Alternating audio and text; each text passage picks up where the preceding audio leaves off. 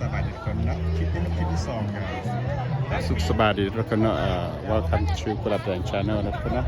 วันนี้กุหลาบแดงมาฮอด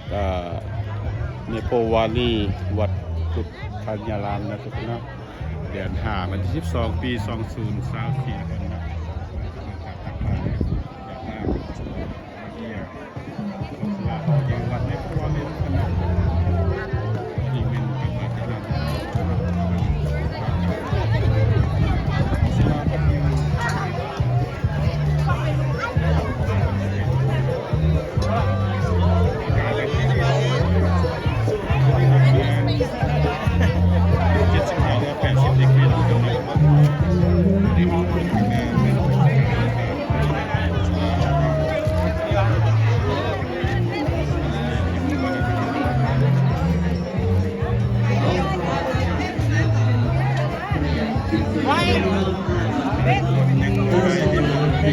ตักบาตรที่เราอยากว่าตำรวจเรือใช้เรือเรากาแฟได้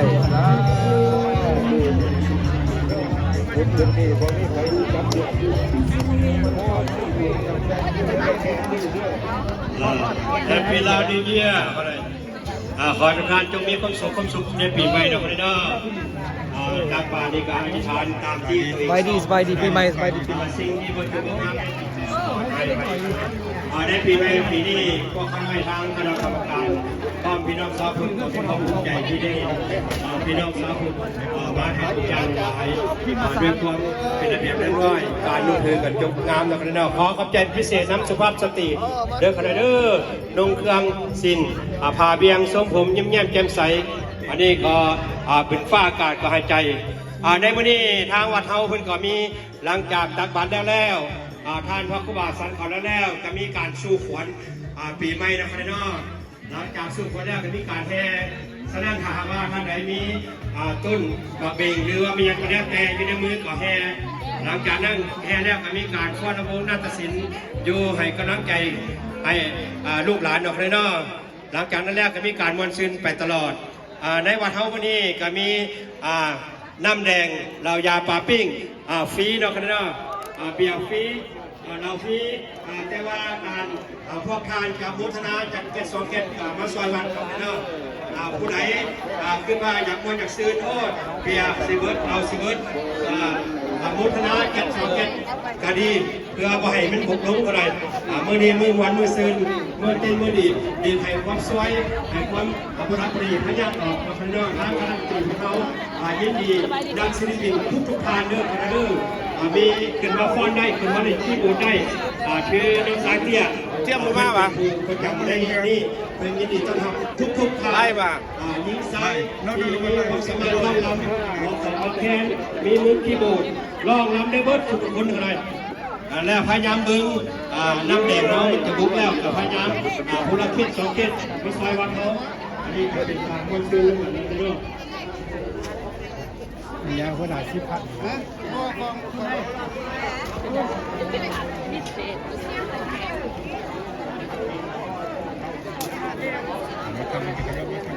อเข้าใจทานคนนี้ใส่นะที่ว่าเรื่องรายการละเอียดขอทานเจ้านี่มาอธิบายเพิ่มเติมนะครัดเพราะว่าเพื่อนเป็นกรรมการสำคัญนิดนึงเขาได้เป็นผู้เป็นฝ่ายอะไรงานวันนี้ขอทานจอนนี่สบายดีปีใหม่ลูกมาริสเดย์มาวันนี้ขอซื้อทานจอนนี่มันผิดไอ้ต้อยเป็นการทักกันทักมันชุบมันเช้ามันผิดไป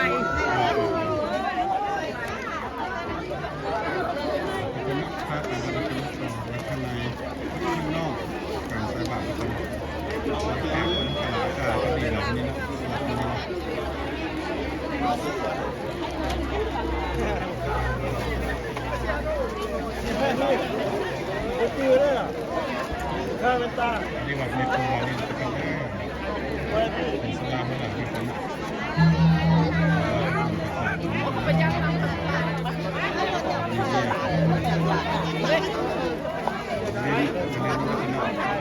ทุกปีมันมีการประกาศอย่างนั้นกันนอกอยู่ว่าปีนี้อากาศ โอ้ยตามกฎกันอยู่2เที่ยว วิญญาณสูงส่งที่ว่าพ่อแม่พี่น้องที่เข้ามาช่วยเหลือในวัดภูสยามเพราะว่าวัดภูสยามนี้ก็เป็นวัดที่ตั้งไปได้ประมาณ6 ปี ปีใหม่ปีใหม่อยู่อเมริกานี่ไปว่า2 เดือนเด้อพี่น้องเด้อสำหรับอเมริกา2 เดือนถึงไปเริ่มตั้งแต่เดือน4 5พุ่นแหละท้ายเดือน5โอเคขอบใจแฮปปี้นิวเยียร์เด้อ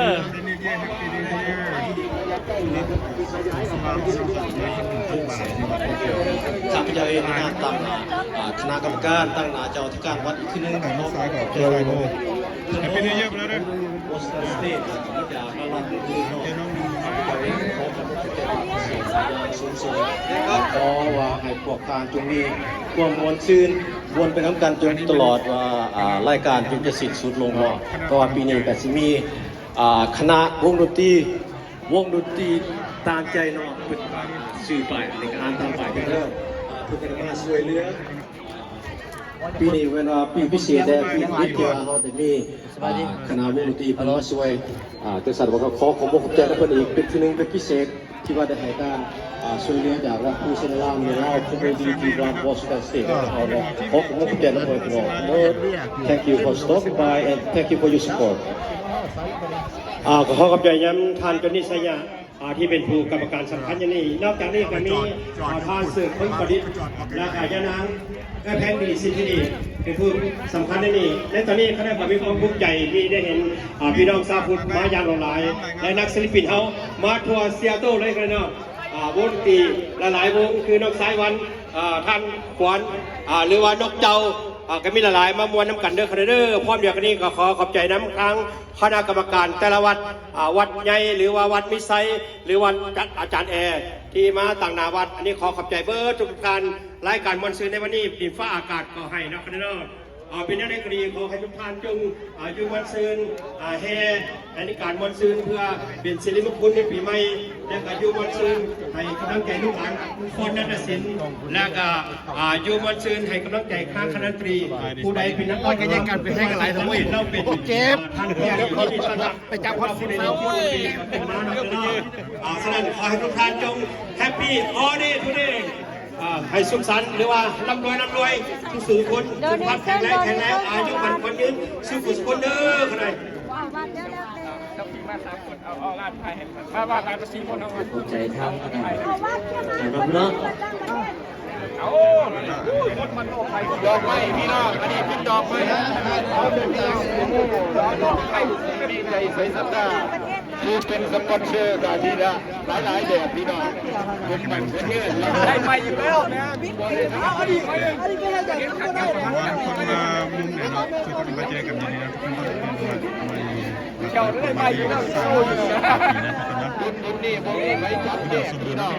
ไม่เห็นอะไรก็ไม่พักการรถตีเบียร์มาเล่าให้เราให้มาเด้อโดนิสันเขาวัดเด้อเขาวัดเด้อ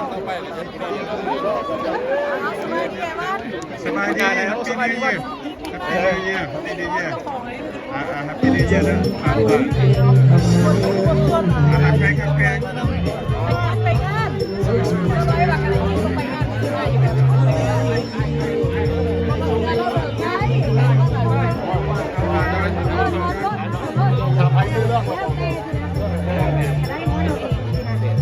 บ่มีการคุมกันได้ เขาวัดก่อนเขาแตกว่า เขาวัดสบายดี thank you ใครเขาวัดทำไม เอาเบียร์จะกดไว้วงเบียร์จะกดติดได้กันขอบใจด้วยเดี๋ยวพี่น้องขอบคุณจะเป็นยังไงน้องขอให้ผมมันเดินเต่าหอมข้าวขาวพระน้ำ ชื่นใจลูกชื่นเขาวัดไปแม่ข้าวไทย ดูสนใจเข้ามาในทุกเรื่อง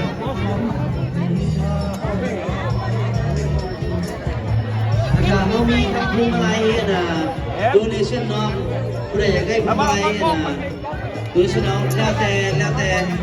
พี่น้องสภาเนาะ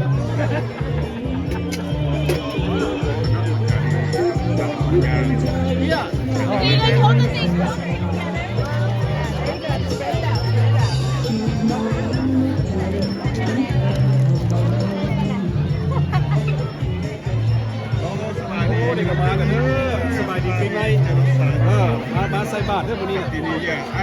โซจะไปมาว่ะ on the way มัน เอา on the way วันเด็กมื้อนี้หรือว่ามื้อ วัน อื่น เขายังมีซอยดาวเนาะหรือว่าจุกสลากในการเลือกเด้อในจุกสลาก5 ดอลเขาจะได้วินได้ของรางวัลแข่งจุกสลากจุกถึงไหนเนาะมันมีจุกสลากอยู่ทางคอร์เนอร์พอดี5 ดอล5 ดอล กันด้วยการกรรมการนะทุกคนนะ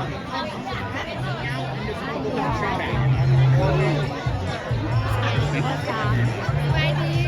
ซิสเตอร์ซิสเตอร์ยังไงยังไง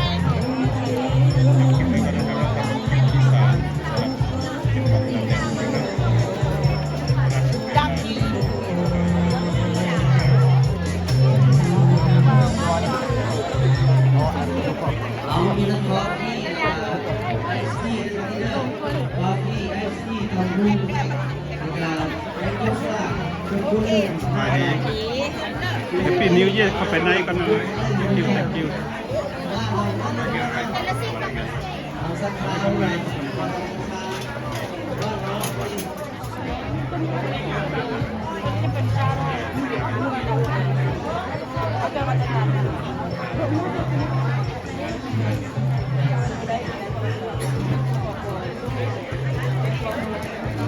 สบายดีสบายดี นิวเยียร์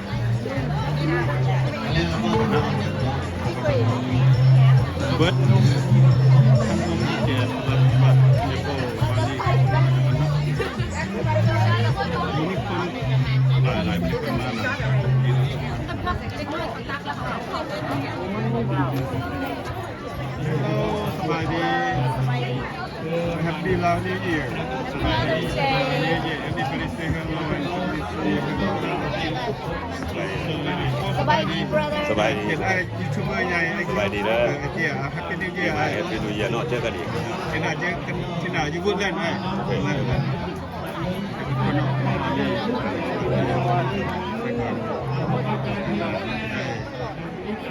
ไล่ว่าจะมาติดต่อกับคนนั้นที่ไล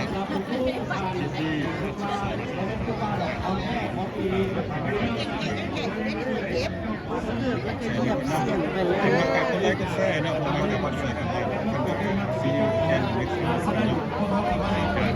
คลิปที่2นะทุกคนลองกันแล้วก็เจอกันใหม่นะทุกคนเนาะบ๊ายบาย